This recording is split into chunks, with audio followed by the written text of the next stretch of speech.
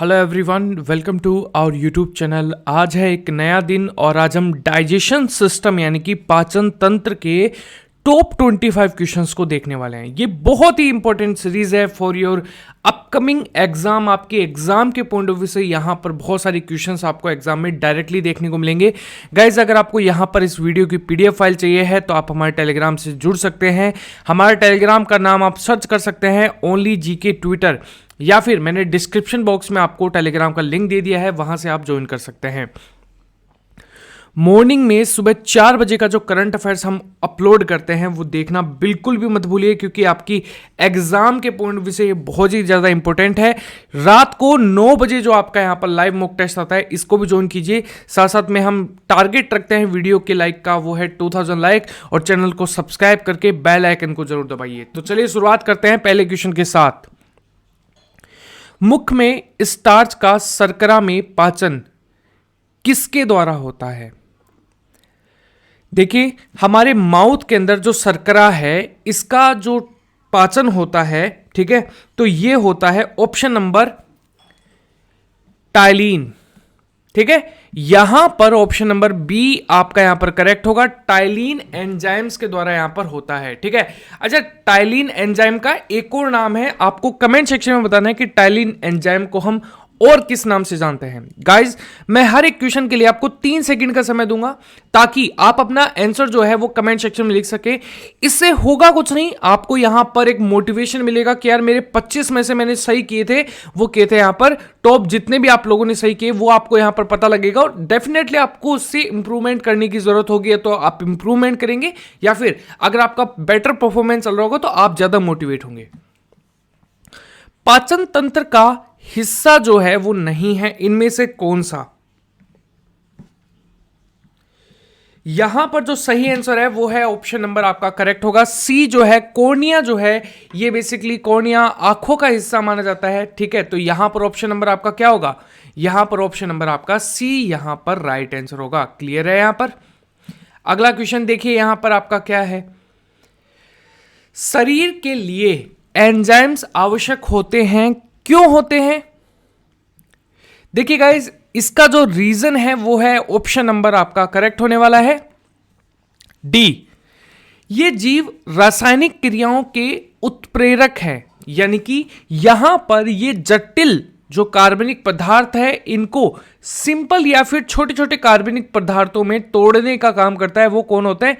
Enzyme होते हैं। तो ये चीज आपको यहां पर याद रखनी है, ये काफी बार एग्जाम में पूछा गया क्वेश्चन है। ठीक है, दूध प्रोटीन को पचाने वाला एंजाइम है। देखो, दुग्ध प्रोटीन जो है इसको पचाने के लिए जिस एंजाइम की आवश्यकता होती है वो एंजाइम है option number C, rennin enzyme, यानी कि ऑप्शन नंबर आपका सी यहां पर करेक्ट होगा। क्लियर है? अगला क्वेश्चन, अधिकतम पोषक तत्व रक्त में कहां से अवशोषित किए जाते हैं? बहुत ही ज्यादा आसान क्वेश्चन ये है, ऑप्शन नंबर आपका करेक्ट होगा सी, छोटी आंत के अंदर। तो यहां पर ऑप्शन नंबर सी जो है वो आपका यहां पर राइट आंसर है। लार में कौन सा एंजाइम पाया जाता है? लार के अंदर जो एंजाइम पाया जाता है उसका नाम है बी, टाइलिन एंजाइम जो है ये लार में पाया जाने वाला एक एंजाइम जो है वो आपको यहां पर देखने को मिलता है। पेट में भोजन को पचाने के लिए निम्नलिखित में से किसकी शाख आवश्यक होती है? देखो, यहां पर इनमें से कौन सा है जिसकी खास आवश्यकता होती है, यानी कि मुख्य रूप से जो पेट में भोजन को पचाने के लिए। अब देखो, पेट में यहां पर जो भोजन पचता है उसके लिए कौन सी चीजें आवश्यक होती हैं? तो यहां पर ऑप्शन नंबर आपका करेक्ट होगा सी। अब देखो, यहां पर अगर हम बात करें ना, एंजाइम ही क्या करता है? एंजाइम ही यहां पर कॉम्प्लेक्स फूड को सिंपल फूड में, यानी कि देखो, जब आप खाते हो तो आप भोजन खाते हो, बड़े बड़े अणु खाते हो, लेकिन जब ये टूटता है तो आपको इससे एनर्जी मिलने के लिए यहां तक कि ये इतना टूट जाता है कि आपको एनर्जी मिलती है। तो इस प्रोसेस को जल्दी करने के लिए या फिर स्लो करने के लिए, देखो, भोजन पचाना एक रासायनिक अभिक्रिया है, ठीक है। और जब आप भोजन को पचाते हैं तो यहां पर एक उत्प्रेरक की आवश्यकता होती है। ये किसी भी रासायनिक अभिक्रिया को क्या करते हैं, या तो तेज करते हैं या फिर स्लो करते हैं। तो डेफिनेटली यहां पर आपका क्या होगा, सी आपका करेक्ट होगा, एंजाइम। लार किसके पाचन में सहायक होता है? देखो, लार जो होता है ये होता है स्टार्च। सिर्फ यहां पर कार्बोहाइड्रेट जो है वो ही पचता है, तो इसका मतलब कार्बोहाइड्रेट, प्रोटीन तो है नहीं, फाइबर भी नहीं है, वसा भी नहीं है। इसका मतलब सिर्फ ऑप्शन नंबर आपका क्या होगा, बी आपका यहां पर राइट आंसर होगा। मानव में आमाशय में अम्ल X उत्पन्न होते हैं जो भोजन के पचाने में सहायता करते हैं, X1 है। यहां पर 1x जो है वो यहां पर क्या है, यहां पर पूछा गया है कि देखो मानव में अम्ल जो है X उत्पन्न होता है। अब कौन सा अम्ल होता है वो आपको बताने, यानी कि यहां पर उस X का नाम क्या है, तो ये है HCl, हाइड्रोक्लोरिक एसिड, यानी कि ऑप्शन नंबर सी जो है वो आपका यहां पर करेक्ट आंसर होगा। क्लियर है, बहुत ही आसान क्वेश्चन था। अच्छा, HCl का पीएच वैल्यू कितना होता है, तो मैं आपको बता देता हूं। इसका पीएच वैल्यू होता है 1.3 से लेकर 2.5 तक हो सकता है। मानव शरीर में भोजन का रक्त द्वारा अवशोषित कहां सर्वाधिक होता है, सबसे ज्यादा कहां पर होता है? आसान सा क्वेश्चन है, आप आराम से कर भी पाएंगे। देखो, भोजन की अगर हम यहां पर बात करें तो यह है ऑप्शन नंबर आपका करेक्ट होगा। भोजन का रक्त द्वारा अवशोषित तो यह होता है छोटी आंत में, ठीक है। और छोटी आंत के अंदर भी अगर हम बात करें तो इलियम वाले पार्ट के अंदर, कौन से में, इलियम पार्ट में, जो कि छोटी आंत का सबसे छोटा पार्ट होता है, ठीक है, सबसे आखिरी पार्ट होता है, छोटा नहीं, सबसे आखिरी पार्ट होता है, ठीक है। प्रोटीन का पाचन कहां से प्रारंभ होता है? देखो, यह होता है हमारे स्टमक से, यानी कि उदर, पेट। तो यहां पर ऑप्शन नंबर आपका क्या होगा, डी करेक्ट होगा। अगला क्वेश्चन, अमाशय द्वारा स्त्रावित रस भोजन को आसानी से पचा लेता है, लेकिन अमाशय स्वयं इन पाचन रसों से अप्रभावित रहता है, क्योंकि रीजन क्या है इसका? क्योंकि यहां पर ऑप्शन नंबर आपका करेक्ट होगा, अमाशय की दीवारें श्लेष्मा के द्वारा सुरक्षित होती हैं। अच्छा, यहां पर एक लेयर होती है जिसको हम बोलते हैं म्यूकोसा लेयर, जिसे हम हिंदी में बोलते हैं श्लेष्मा, लेकिन इंग्लिश में बोला जाता है म्यूकोसा। आपको म्यूकोसा का नाम भी याद रखना है, ठीक है, क्योंकि एग्जाम में कई बार म्यूकोसा ही डायरेक्टली आता है, ठीक है। अगला क्वेश्चन, पचे हुए भोजन में मौजूद विषैले पदार्थ का कौन सा अंग चूषण करता है यहां पर, ठीक है। तो यहां पर ऑप्शन नंबर आपका करेक्ट होगा। ऑप्शन नंबर आपका यहां पर क्या होने वाला है, यकृत, लीवर, ठीक है। तो यहां पर ऑप्शन नंबर डी करेक्ट है। अगला क्वेश्चन देखो, यहां पर क्या है, पेप्सिन जो है यहां पर एक क्या है? देखो, पेप्सिन एक होता है एंजाइम। ऑप्शन नंबर ए आपका करेक्ट होगा। क्लियर है। अगला क्वेश्चन देखो, यहां पर पेप्सिन बदल देता है, किसको किस में बदल देता है?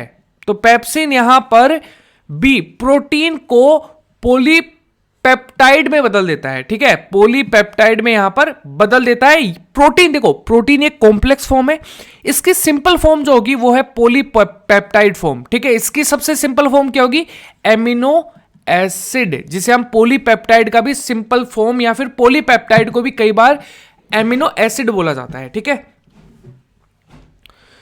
पाचन की क्रिया में प्रोटीन निम्नलिखित में से किस पदार्थ में बदल जाते हैं?